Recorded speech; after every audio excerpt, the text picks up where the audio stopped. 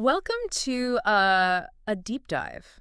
It feels kind of like we're stepping right into a novel. Oh, Yeah, yeah, we're going to unravel the life and mysterious death of the artist Vanessa Chapman. okay. And get this, our source material is a mix of fictional excerpts, Good. diary entries, and passages from what seems to be a biography. Oh, wow. It's like a literary investigation. It certainly is. Right. And you've provided quite a collection here. Oh, yeah. A real treasure trove of insights into Chapman's world. Exactly. So get ready, because we're not just admiring brushstrokes here, We're looking for clues. Okay. What secrets are hidden in those diaries you sent over? Okay. Why would Vanessa leave her entire artistic estate to her former enemy, Douglas Lennox? Oh. And perhaps the biggest mystery of all. Yeah. What about that bone discovered in one of her sculptures? Oh, right. Yeah. Let's start with Vanessa's artistic journey. Okay. She began as a painter, Mm-hmm. facing, the classic struggles of finding her voice Yeah. and gaining recognition. Of course. But she eventually has her breakthrough, Okay. and that's when things get really interesting. Right. Her move to Ellis Island. Yeah. It was such a stark, isolated landscape. Mm-hmm. I'm curious to see how it influenced her work. You can see it almost immediately. Hmm. Her style shifts dramatically on Eris. Wow. In her earlier paintings, you see these vibrant colors, Okay. delicate brushstrokes, Uh-huh. and a focus on traditional landscapes. Gotcha. But on Eris, Yeah. she embraces bolder, more abstract forms. Interesting. Her palette becomes darker, Okay. and the textures become almost Yeah. visceral. Oh, wow. Yeah. I'm remembering that passage in her diary where she describes finding a bird's skull on the beach. Oh, yeah. And how it inspired her to incorporate found objects into her work. Yeah. She starts using bones, shells, pieces of driftwood. Mm-hmm. It's like the island itself is becoming part of her art. Exactly. Yeah. And that tactile element you mentioned, that joy of working with clay comes through so strongly in her diaries from this period. Really? Yes. She talks about the feeling of the cool, damp clay in her hands. Yeah. Oh. The way she can mold and shape it with her fingers. Uh, It's almost as if she's seeking a more direct physical connection with her art. wow. So it's interesting, though, because here's where the irony comes in. Okay. And you've pointed this out in your notes. Uh-huh. She achieves this artistic freedom, Right. this liberation, Yes. just as she becomes trapped on the island. Uh-huh. Eris is a tidal island, Right. remember? So she's literally cut off from the mainland for hours each day. This juxtaposition of artistic liberation and physical confinement becomes a recurring theme in her later work. Wow. And you'll see it reflected not only in the materials she uses, but also in the themes she explores. Oh, interesting. Okay, so this brings us to the mystery of the missing art. Okay. Vanessa's will leaves everything to Fairburn, Mm-hmm. a foundation run by Douglas Lennox, Right. her old gallerist. And as you know, their relationship had soured considerably by that point. Oh, yeah. They were practically enemies.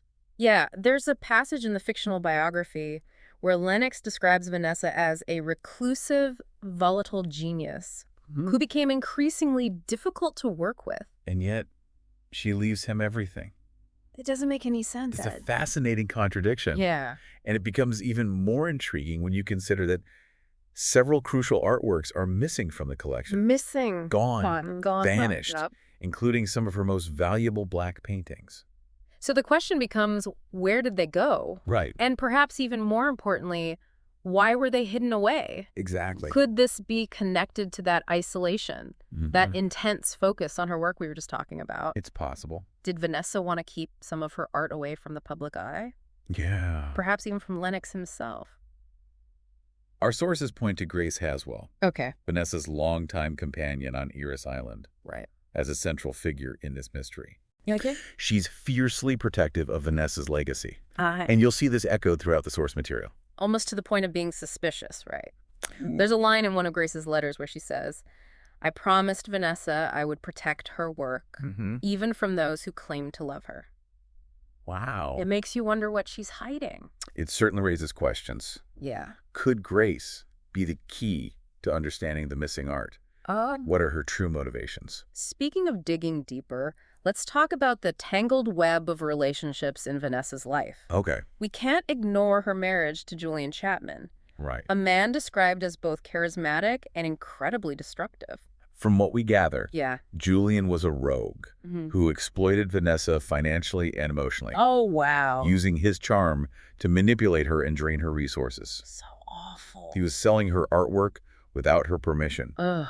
And the fictional biography even hints at physical abuse. Yeah, there's a passage where it describes him pushing her to the ground during an argument. Heartbreaking to read. And then there's Celia Gray, Right. Julian's lover, Oh, yeah. who adds another layer of complexity to the situation. Okay. Celia was a constant source of tension in their marriage, and her presence looms large over many of Vanessa's diary entries. Right, and then Julian suddenly vanishes. Yes. The official story is missing, presumed dead, but there's clearly more to it than that.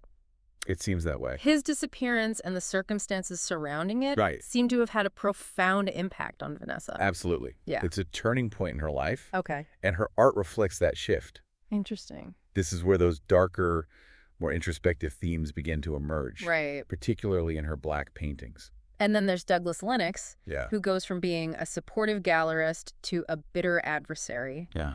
Their relationship seems to mirror Vanessa's journey in a way. It does. Starting with promise and descending into conflict. It makes you wonder how this complex dynamic influenced Vanessa's art Right. and ultimately her legacy. Yeah. It's a thread we'll need to keep pulling as we go deeper into this story. So we've got artistic transformation, Yes. missing masterpieces, a web of complicated relationships, and then boom, Wow. we find a human bone embedded in one of her sculptures. Oh my gosh. All right. The sculpture is called Division 2, Okay. and the discovery of that bone fragment sends shockwaves through the art world. Wow. That's a chilling twist. Yeah. And it raises so many questions about Vanessa's life Right. and the secrets she may have been hiding. Right. A human bone. Yes. This raises so many questions. Right. Was this intentional? What does this tell us about Vanessa? Right. I'm dying to know more about this encounter on Eris Island Okay. between Becker, the curator from Fairburn, and Grace Haswell. Well, let's dive into that next episode, because Grace's reaction to this discovery is incredibly revealing. Okay. She's fiercely protective of the sculpture, even going so far as to claim it contains Vanessa's own DNA. What? Her resistance to further examination is striking, Really? almost as if she's guarding a secret that could shatter Vanessa's reputation if it ever came to light. Why is she so determined to keep that sculpture from being analyzed? That's what we're going to uncover in part 2. Oh, okay. We'll delve deeper into the events surrounding Julian's disappearance and death, Yeah. exploring those diary entries you provided, Okay. and Grace's own perspective on the matter. Got it. Buckle up, Okay. because this is where the story takes some truly unexpected turns. You know, as we're going through all this, I'm wondering what stands out to you so far. Oh. What's caught your attention in those sources you provided? Yeah. Hold on to those thoughts as we delve deeper into Vanessa's world and try to unravel the truth behind the bone in Division 2. Okay, so we've got artistic transformation, missing art, complicated relationships, and a human bone in a sculpture. Where do we even begin to unpack all of this? Well, I think it's time we shift our focus to the mystery surrounding Julian Chapman's death. Okay. As you recall, he vanished from Eris Island in 2002. Right. Officially, he's listed as missing presumed dead. Right. But Vanessa's diaries, along with accounts from Grace Haswell, suggest a much more complicated story. Right. Remember that passage in Vanessa's diary? Yes. Where she describes Julian returning to Eris Island, despite her explicitly telling him to stay away? Oh, wow. He was furious with her for not bailing him out financially yet again. And it's in those diary entries that we start to see the cracks in Julian's charming facade. Okay. He was not only a rogue, but also manipulative and abusive. Right. He exploited Vanessa financially, Yeah. selling her art without her permission. Oh. And there are even hints of physical violence. Yes. And reading through the fictional biography you provided, it paints a similar picture of Julian. Yeah. There's a scene where he's described as a man who could charm your wallet out of your pocket while simultaneously breaking your heart. It seems his disappearance wasn't just an unsolved case. Right. It was a turning point in Vanessa's life. Okay. A pivotal moment that would forever shape her art and her future. Okay, so Julian returns to Eris Island demanding money. Yeah. Tensions are high. We know that Grace was present that night. Right. We know Julian died. But What exactly happened? Well, let's look at the evidence you've collected. Okay. There's a particularly chilling passage in Vanessa's diary from that night. Oh. She describes Julian attacking her, Wow. and then a sudden gurgling sound. Oh my gosh. The next thing she knows, Grace is in the room having wrapped a clay cutter's wire around Julian's neck. A clay cutter's wire. Yes. Wow, that's a specific detail. Right. Almost too specific. It feels almost like Yeah. she was prepared for something like this to happen. That's a very astute observation. And it raises even more questions, doesn't it? Yeah. Was Grace acting in self-defense, as she later claims? Right. Or was there something more calculated at play? Right. Was this premeditated? Mhm. And what about Vanessa? Yes. What was her role in all of this? Remember, we're dealing with fragments of a story here. Yeah. Piecing together a puzzle with missing pieces. Right. There's a lot we still don't know. Like how they disposed of the body, for example, and why all the secrecy. Even years later, if it was self-defense, why not just come clean? Well, let's consider the context. Okay. They were on a remote island, cut off from the mainland, for hours each day. Right. It's possible that panic set in, Uh-huh. that they made decisions in the heat of the moment that they later regretted. That makes sense, but there's still this lingering sense of unease. Yeah. This feeling that something isn't quite right. And I think that unease is reflected in Vanessa's art, Oh. particularly in the series of black paintings she creates after Julian's death. They're dark, haunting, Right. filled with a sense of foreboding. You know, those black paintings have always fascinated me. In the fictional biography, they're described as windows into her tormented soul. Yeah. And I think that's a really apt description. It's clear that the trauma of that night had a profound impact on her artistic vision. Right. It's like the darkness she was trying to keep hidden, Yeah. seek out onto the canvas, transforming her art in a way that is both disturbing and captivating. And it's through these paintings, Yeah. the evolution of her artistic style, that we can begin to piece together not only the events of that night, but also the psychological and emotional turmoil that Vanessa must have been experiencing. Okay, so we're starting to see a clearer picture of what might have happened that night on Eris Island. But there are still so many unanswered questions. Right. Was Julian's death truly an act of self-defense? Uh-huh. Or was it something more sinister? Yeah. What was Vanessa's involvement? And why did they choose to remain silent? These are all questions we'll need to keep in mind as we move forward. Okay. Remember, we still have to unravel the mystery of the missing art. Right. And explore the role that Grace played in both protecting Vanessa's legacy and potentially concealing the truth. Right. And how does Douglas Lennox fit into all of this? Yeah. Was he aware of what happened on that island? That's a good question. What was he really after when he sought to control Vanessa's artistic estate? And most importantly, Right. what does this all mean for Vanessa Chapman's legacy? Yeah. How will history judge her work knowing this dark secret?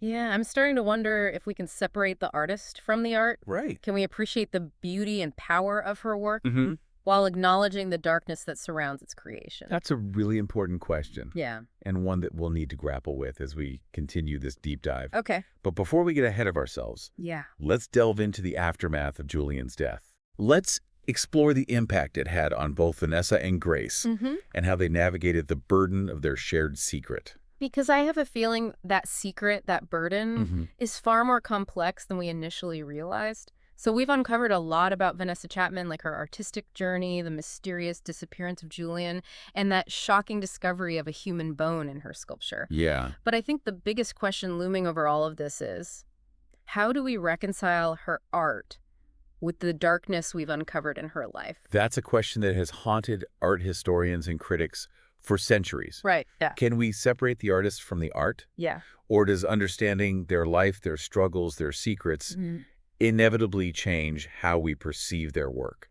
And in Vanessa's case, it's particularly complex. Right. Those black paintings, created after Julian's death. Yes. They're not just beautiful or technically impressive. They feel weighted with a sense of, like, dread, almost. Right. She's trying to process something incredibly dark and painful. You'll recall that passage in the fictional biography you provided, where a critic describes the black paintings as suffocating, as if the very canvas is struggling to contain the darkness within. Yes, that's exactly it. Right. You can almost feel the weight of that shared secret. The burden that both Vanessa and Grace carried for all those years. And speaking of Grace, Yeah. her role in this story is fascinating. Mm-hmm. Remember, she wasn't just a companion to Vanessa. Right. She was a confidant, a protector, Yeah. and ultimately a co-conspirator in the cover-up of Julian's death. Right. And those letters you shared, Yes. they offer such a raw and intimate glimpse into her internal struggle. She's tormented by guilt and anxiety, Yeah. yet fiercely determined to preserve Vanessa's legacy, Right. even if it means perpetuating a lie. The classic moral dilemma, isn't it? Yeah. Loyalty versus truth. Right. Love versus self-preservation. It really makes you question her motivations. Was she truly acting out of love for Vanessa? Or was there a sense of self-preservation at play? Right. Was she trying to protect herself as much as she was trying to protect Vanessa's reputation? I think it was likely a combination of factors. Okay. Remember that line in one of her letters where she writes, Vanessa's art was her truth. Yeah. It was the only way she knew how to speak. Right. I couldn't let the world silence her voice. It seems like she saw herself as the guardian of Vanessa's truth, the keeper of her flame. Right. And that included keeping those secrets buried. But by holding on to those secrets, by hiding those paintings, she was also perpetuating the darkness that surrounded Vanessa's life. That's so true. And it brings us back to that central question of what is the true legacy of Vanessa Chapman? Right. Is it the undeniable brilliance of her art? Or is it forever tarnished by the events that shaped its creation? I don't think there's an easy answer. Yeah. And perhaps that's the point. Right. Vanessa's story, like her art, Yeah. is complex, layered, and open to interpretation. It's a story that forces us to confront our own perceptions of truth and beauty, of loyalty and betrayal. Yes. And it reminds us that even in the darkest of circumstances, Yeah. art can be a powerful force for expression, for processing trauma, for making sense of the world around us. Exactly. And as we surface from this deep dive into the life and art of Vanessa Chapman, I think it's important to remember that we've only just scratched the surface. Right. There are still so many unanswered questions, so many mysteries yet to be unraveled. This deep dive has been a whirlwind of emotions and discoveries. You have. We've explored the highs and lows of Vanessa's artistic journey, the complexities of her relationships, and the dark secrets that haunted her life. We've debated the role of the artist and the impact of their life on their art. Right. And we've grappled with the weight of secrets and the burden of legacy. And as always, Yes. we leave you with some final thoughts to ponder. What resonates most with you about Vanessa Chapman's story? Yeah. What questions linger in your mind? Right. And what does this exploration tell us about the intricate relationship between art, life, and the stories we choose to tell and those we choose to keep hidden? Wow. Thank you for joining us on this journey. It's been a pleasure. Until next time, keep exploring.